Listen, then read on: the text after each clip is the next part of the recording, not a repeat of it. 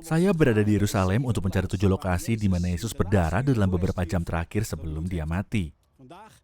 Hari ini kita akan pergi ke ruang bawah tanah yang ada dalam biara Prancis di belakangku. Disinilah kita akan menemukan kenangan paling mengesankan dari keempat kalinya Yesus berdarah. Dia diinterogasi, dicambuk, diejek, dan dihukum di sini. Dan kita akan pergi ke kolam Bethesda. Kita akan mencari makna keajaiban keempat dari salib. Selamat datang di 7 keajaiban di Yerusalem.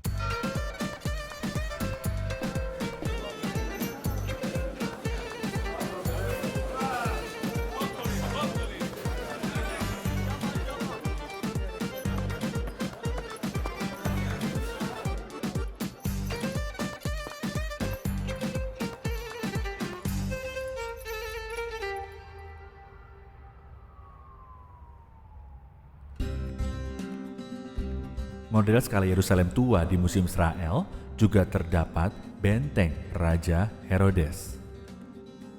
Herodes membangun kembali Bait Allah kedua dan memperbesar benteng yang berbatasan dengan alun-alun Bait Suci. Dia menamakannya Benteng Antonia untuk menghormati temannya Marcus Antonius. Benteng ini memiliki menara besar di setiap sudut. Disinilah Yesus diinterogasi oleh Pilatus dan dicambuk oleh tentara Romawi. Yerusalem dihancurkan pada tahun 70 setelah Kristus. Pada abad ke-19, biara para suster Sion dibangun di atas reruntuhan benteng Herodes. Disinilah saya akan pergi ke ruang bawah tanah tempat Yesus dicambuk dan dihukum. Selama pekerjaan penggalian, pasangan bata Romawi yang cantik ini di pelataran dalam benteng Antonia ditemukan. Saya berdiri di sini di ubin tempat Yesus berjalan, di mana Dia dicambuk dan harus menanggung ejekan dari para prajurit. Ubin persegi besar masih di tempat yang sama seperti pada zaman kuno itu. Jika Anda perhatikan dengan seksama, Anda dapat melihat bahwa ubin tidak memiliki permukaan yang halus untuk mencegah kuda dari tergelincir di atasnya. Dan Anda dapat melihat di sini bahwa ada selokan kecil telah dibuat di lantai untuk mengalirkan air hujan ke sumur besar di bawah tanah yang bisa menampung jutaan liter air. Yesus dibawa ke tempat bersejarah ini di awal pagi, setelah malam tanpa tidur dan dipukuli dan disiksa sebagai penjahat, dan diserahkan kepada penguasa Romawi, Pilatus. Hanya Pilatus yang berhak memutuskan hukuman mati. Yesus diinterogasi 3 kali oleh Pilatus. Dan setiap kali orang Roma sampai pada kesimpulan yang sama, aku tidak menemukan kesalahan pada orang ini. Dalam Yohanes 18, kita bahkan dapat membaca bahwa ia ingin melepaskan Yesus. Tetapi bahkan orang yang paling berkuasa negara itu tidak mampu melakukannya. Karena Anda lihat itu adalah rencana Allah bahwa Yesus akan mati di tempat kita. Bahkan Pilatus tidak bisa mengubah itu. Dalam naskah surga, juga telah ditentukan bahwa Yesus akan dicambuk oleh tentara Romawi. Saya rasa ini adalah saat yang paling intens dalam 18 jam terakhir dari kehidupan Yesus. Dan tidak terpikirkan bahwa pencambukan Yesus benar-benar terjadi di sini, di lokasi ini.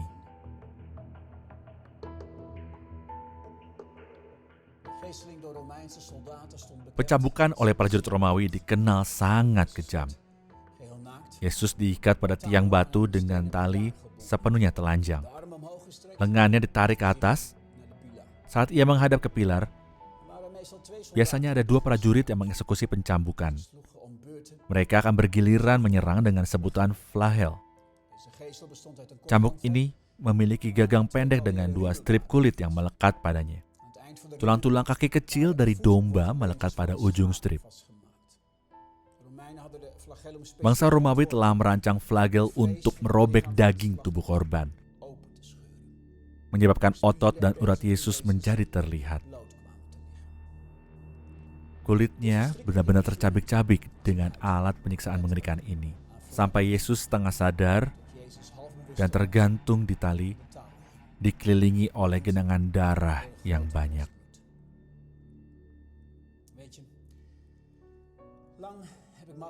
Anda tahu, untuk waktu yang lama saya bertanya-tanya mengapa tubuh Yesus yang tidak pernah mengenal penyakit harus sedemikian parahnya sehingga ibunya sendiri tidak dapat lagi mengenalnya. Mengapa Yesus harus menderita seperti itu sehingga orang tidak lagi sanggup untuk melihatnya? Mungkinkah dia mati dengan cara yang berbeda, tidak semengerikan ini? Apa gunanya semua penderitaan yang mengerikan ini? Pasti ada artinya. Jika tidak ada makna atau nilai dalam penderitaan yang Yesus alami, maka akan lebih baik jika dia mati dengan cara yang tidak mengerikan. Untuk menemukan jawaban atas pertanyaan-pertanyaan ini, kita akan meninggalkan tempat ini, dan saya akan membawa Anda ke kolam Bethesda.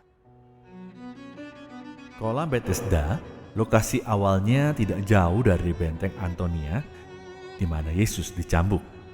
Pada zaman Yesus, Bethesda adalah titik pertemuan bagi mereka yang sakit, lumpuh, atau cacat, dan yang percaya bahwa air di kolam memiliki khasiat kesembuhan.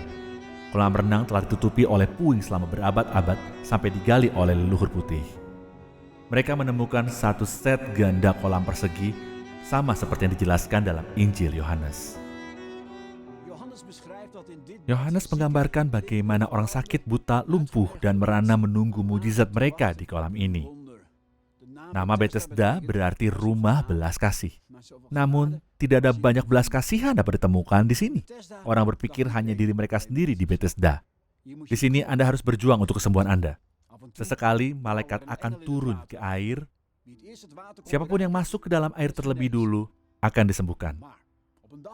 Tetapi suatu hari Yesus mengunjungi tempat ini, dan ia melihat seorang pria lumpuh yang telah sakit selama 38 tahun.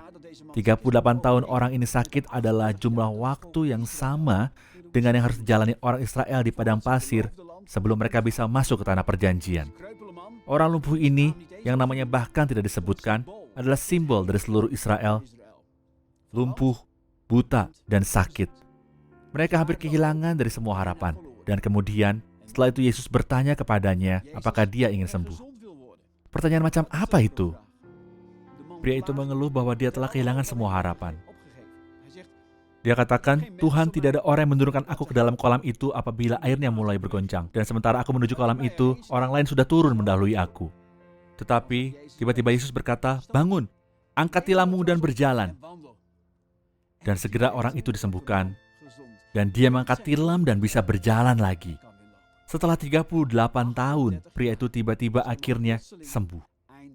Keajaiban yang mengesankan terjadi di sini, di tempat ini.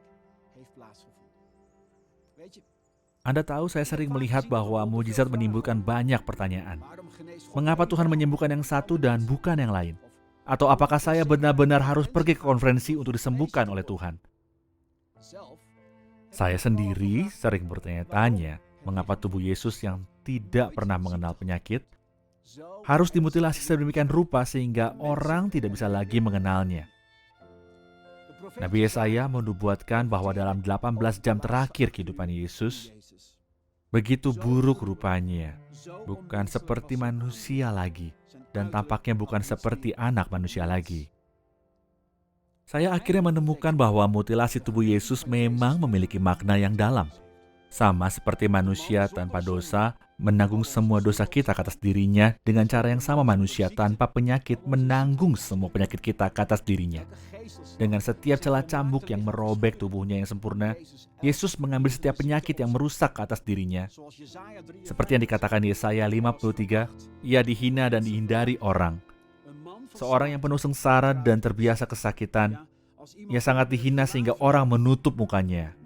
Sesungguhnya penyakit kita lah yang ditanggungnya, kesengsaraan kita yang dipikulnya. Tidak ada penyakit yang lemah yang tidak ditanggung Yesus dalam tubuhnya selama pencambukan yang merusak itu. Itulah sebabnya Nabi Yesaya berkata dalam ayat 5, oleh bilur-bilurnya kita disembuhkan. Sama seperti Yesus meminum cawan di Getsemani yang penuh dengan dosa-dosa kita, dengan cara yang sama dia menanggung penyakit kita ke atas dirinya ke dalam setiap cambukan. Itulah sebabnya Rasul Petrus juga mengatakan dalam surat pertamanya bahwa perhatian kita harus fokus pada penderitaannya Yesus.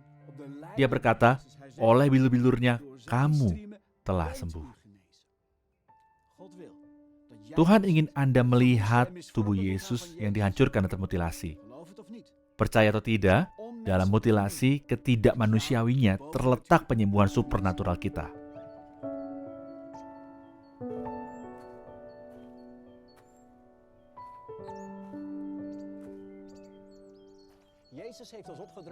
Yesus memberitakan kita untuk berdoa bagi yang sakit. Kita berdoa dan Yesus menyembuhkan. Tetapi apa yang Anda lakukan ketika kesembuhan belum terjadi? Ibrani 2 ayat 8-9 memberi saya jawaban bertahun-tahun yang lalu terhadap banyak pertanyaan yang saya miliki tentang kesembuhan. Dikatakan, segala sesuatu telah engkau taklukkan di bawah kakinya. Sebab dalam menaklukkan segala sesuatu kepadanya, tidak ada sesuatu pun yang ia kecualikan yang tidak takluk kepadanya. Tetapi kini belum kita lihat segala sesuatu yang telah ditaklukkannya. Tapi kita lihat Yesusnya.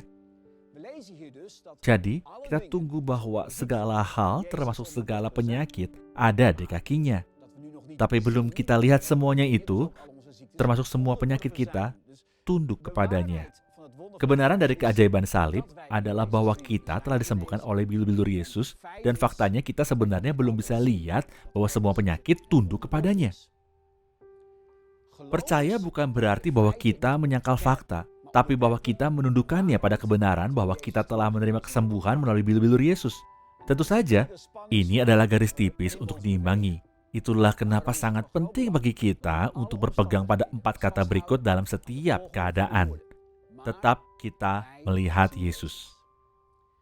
Dalam Ibrani 6 ayat 5 dikatakan bahwa sebelum Yesus kita mengecap firman yang baik dari Allah dan karunia-karunia dunia yang akan datang, sehingga orang dapat disembuhkan oleh Allah bahkan di zaman kita. Meskipun tidak semua orang yang kita doakan disembuhkan, itu tidak berarti kita akan berhenti berdoa untuk kesembuhan. Sementara itu, kita mengharapkan langit dan bumi baru di mana kita semua akan menerima kesembuhan dan pemulihan sepenuhnya. Itulah sebabnya berdoa untuk orang sakit selalu terhubung dengan iman dan harapan. Ibrani 10 ayat 36 mengatakan, sebab kamu memerlukan ketekunan supaya sesudah kamu melakukan kehendak Allah, kamu memperoleh apa yang dijanjikan itu.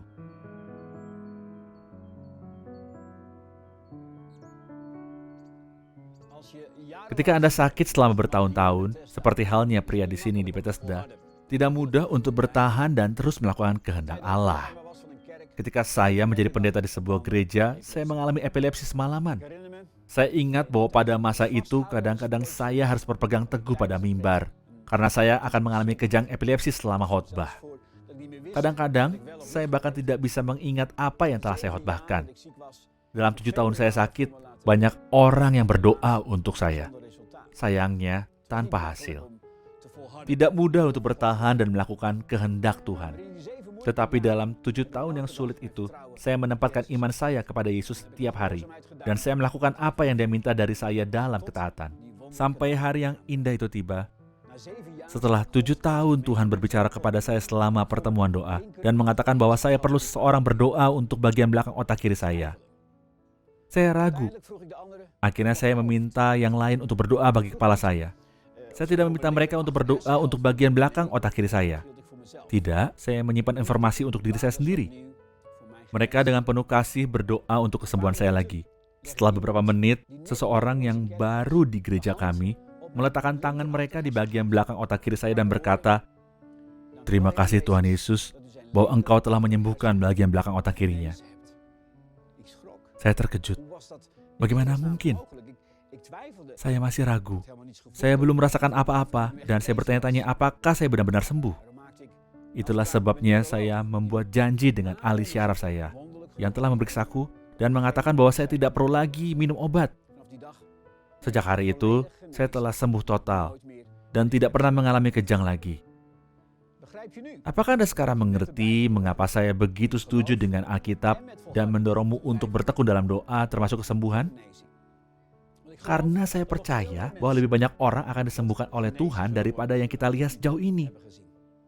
Bolehkah saya berdoa untuk Anda dari tempat ini, di mana Yesus menyembuhkan orang yang tidak memiliki harapan lagi, bahwa Ia mengulurkan tangannya untuk menyembuhkanmu juga?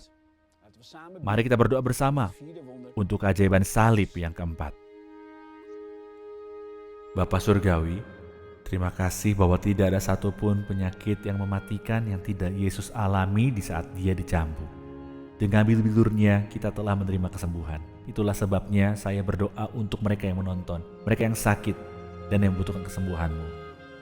Dalam nama Yesus, aku berdoa agar mereka menerima kekuatan dan kesembuhan. Datang dan bantu kami untuk bertekun dalam melakukan kehendak-Mu dengan juga berdoa bagi orang lain yang sakit juga untuk menerima kesembuhan. Syukur untuk kasih-Mu yang berlimpah. Amin.